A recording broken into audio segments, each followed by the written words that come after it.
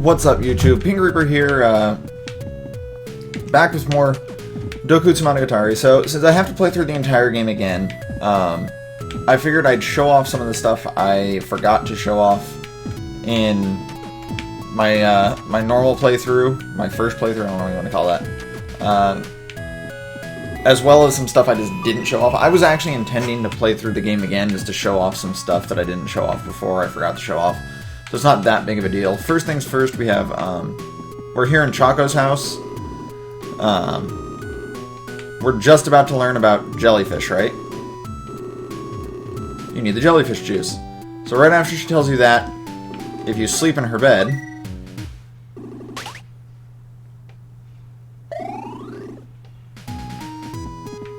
what's that? She's in the bed too. And if you check your inventory, you have an item called Chaco's lipstick. Yes, I showed that up. I think I showed that off before, but yeah, if right after learning about the jellyfish, if you sleep in her bed, that item just automatically shows up in your inventory, and she's in there with you. I guess insinuating that the robot boy had sex with the bunny girl. I don't know. Yeah. So one of the other things I'll be showing off too is the weapons I didn't get, like the machine gun or the Viper, as well as another gun that I don't think you never actually saw because that part never went up because of the audio problems. But yeah, I'll be showing off all of the other stuff that I didn't do as well. So I'll meet you guys in the sand zone when I show off the machine gun. Alright, so here we are back in the sand zone, having just defeated Curly Brace. This time I guess I'm going to show off the machine gun. I will not be keeping this. This is just for demonstrative purposes. I will be going back to my previous save and keeping the Polar Star, because I do entirely intend to use the weapon you keep the Polar Star for, the Spur. The machine gun's a little different here. It's like the Bubbler. It has set amount of ammunition. It kind of has a bit of a wave pattern to it, and that it fires up and down. Let's level it up a bit and show it off a bit more. Do this, because there's an interesting thing you can do with the machine gun once it's fully leveled up. It just takes a while to get there, unfortunately. Luckily, the sand zone is kind of level up friendly. There's some,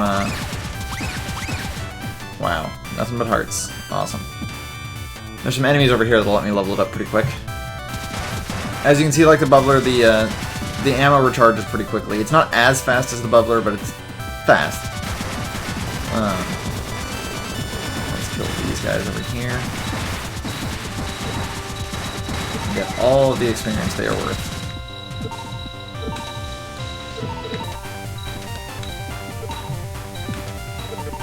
Not really worried about my path or the health upgrade, because I will be pulling up a previous save file right after I show this off. Let's do this. Oh, I got hit. Awesome. There goes all the experience I had. Got enough of you, sir.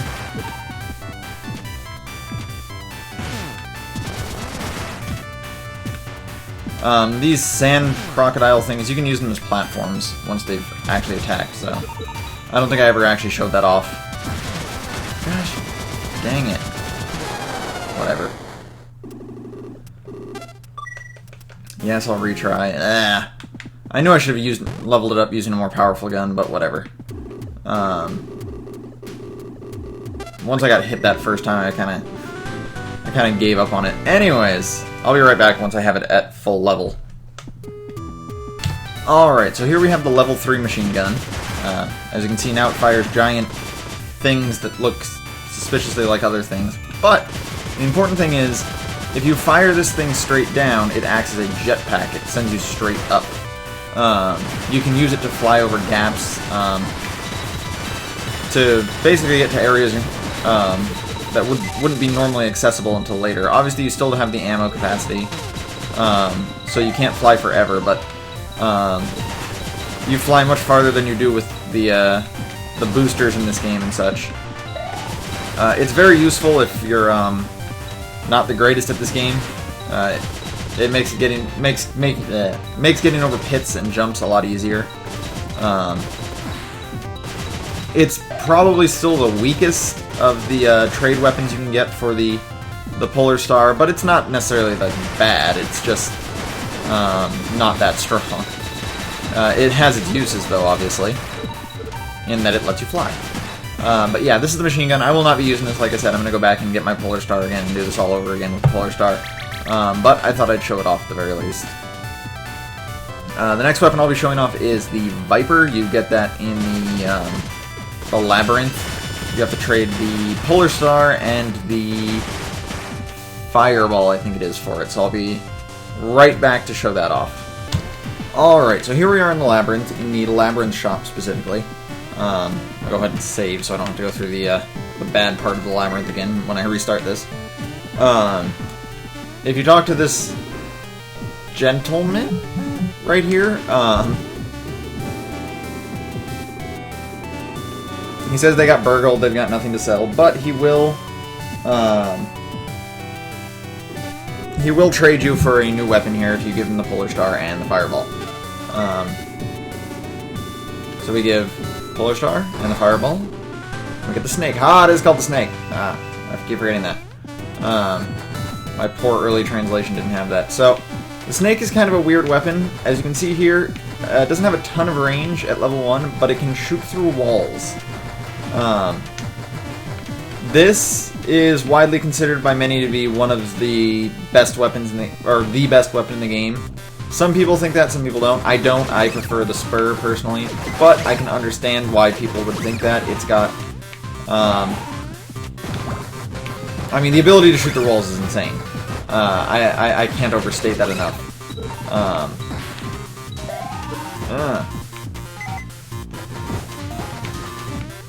If I can... See, look at that. I can kill these guys without ever actually having to get near them.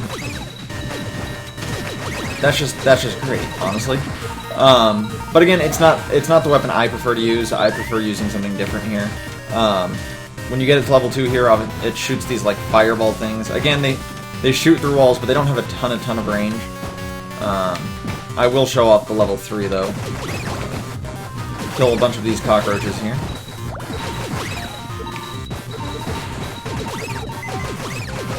Come on. Just a little bit more.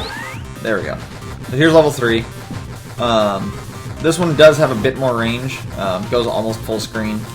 And it does do pretty good damage. It's not as good as the Spur, obviously, but the Spur has to be charged in order to do its max damage. But it does do a lot of damage. Not a bad weapon. In any case, in any way, I definitely can understand why people think this is the best weapon in the game. And even people who don't think it's the best weapon in the game will admit that it's at least like the second best weapon in the game. It's definitely very good. But again, I will not be using this. This also will not be the last time we come to this Labyrinth shop. There's something else I can show off with it later. But until then, it's going to be a while. So actually, this video will not restart until I am back to where I was in that part that YouTube screwed up. So I will meet you guys there. Alright, so here we are back in the random underwater cabin. I'm going to show off how to properly save Curly Brace, because I clearly screwed it up in the last one. Take a rest, it puts her there. I wrote a book with everything I learned. You read this book.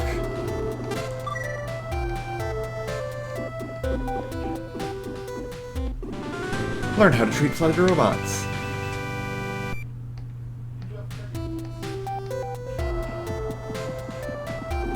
Talk to...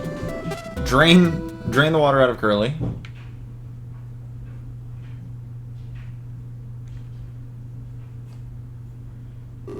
She wakes up.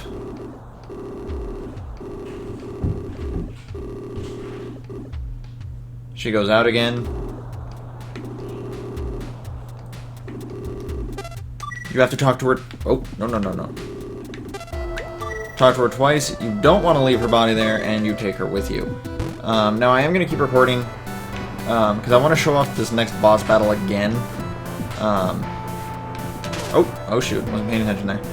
I have the sword at level 3. This is, like, the only time I want the sword at level 3. There's something you can get in this boss battle that I did not show off. Oh, can't get those. That I did not show off in my original playthrough. Let's go this way. Come on, there we go.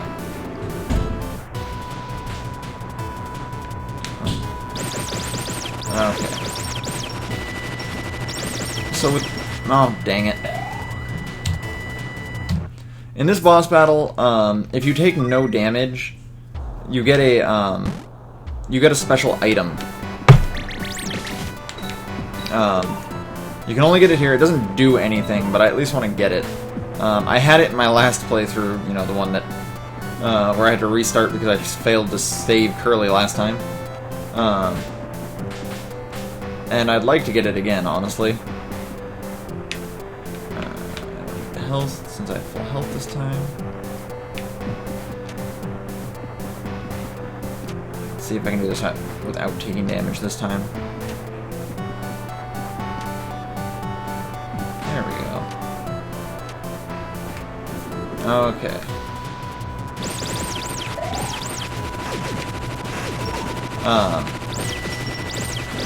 Like I said, this is one of the only times I find it worth it to have the level 3 sword, because it does just a ton of damage from. This is actually a really, really easy boss battle. Even if you're trying not to take damage whatsoever, it's still pretty easy.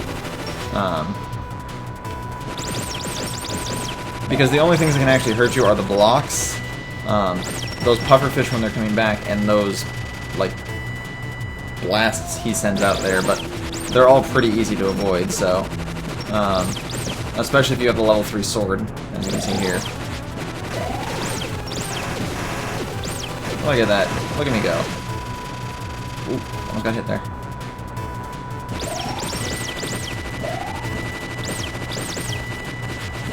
See, nothing to worry about there.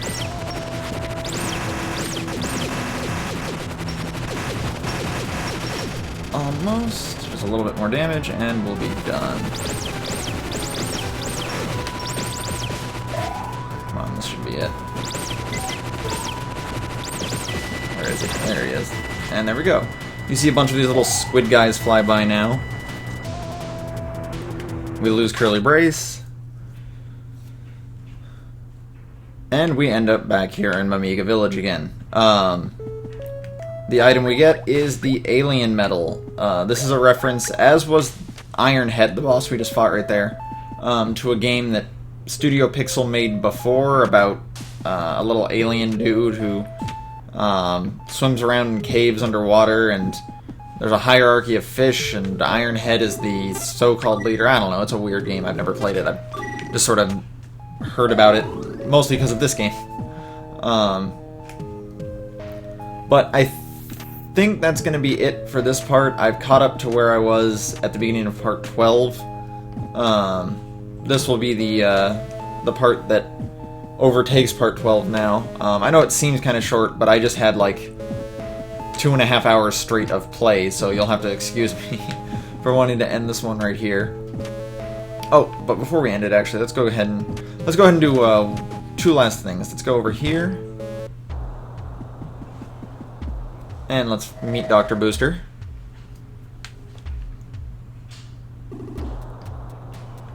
Alright, sorry I didn't show off the, what happens if you talk to Booster if he falls when you, what happens when you talk to Booster when he falls in the, Labyrinth.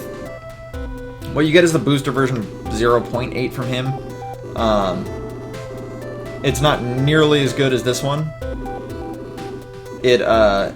I don't even think you can get enough distance off of it to get the spur with it. Oh yeah, I always forget you have to equip it.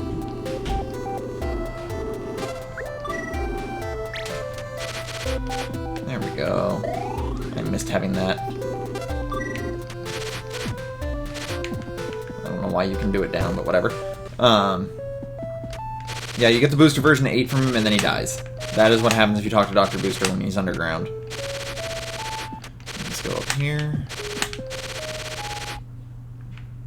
That didn't work.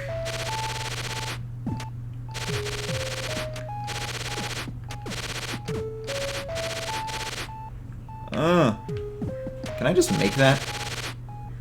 I think I can. Yep, I can. Okay, so there's that. Back into the first cave here. Oh, right, I'm on the bubbler, not on a good weapon. Let's take 1 damage real quick. I want to get back down to sword level 2. I much prefer sword level 2. Bam, there we go, 1 damage.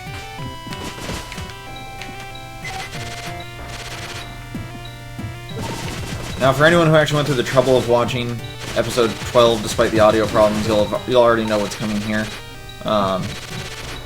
But for anyone who didn't, if you come through here, and you talk to the old man from where you got the spur.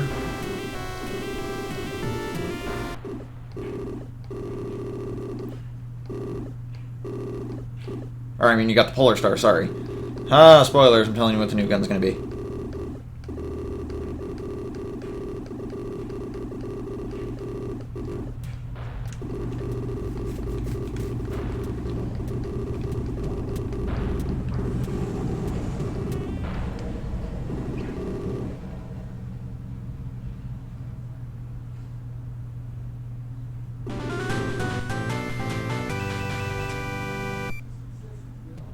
Alright, so now we have the spur.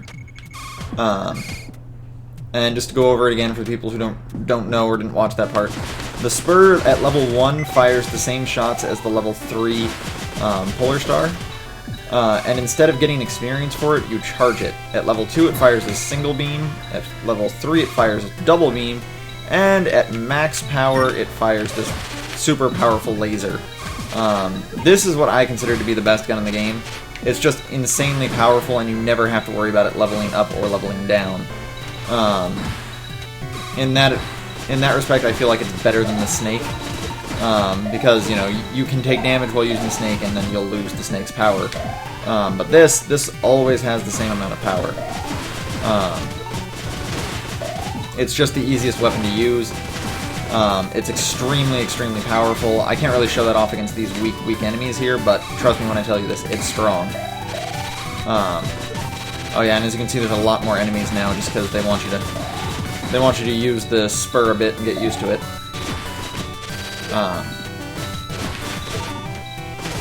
This is not, however, the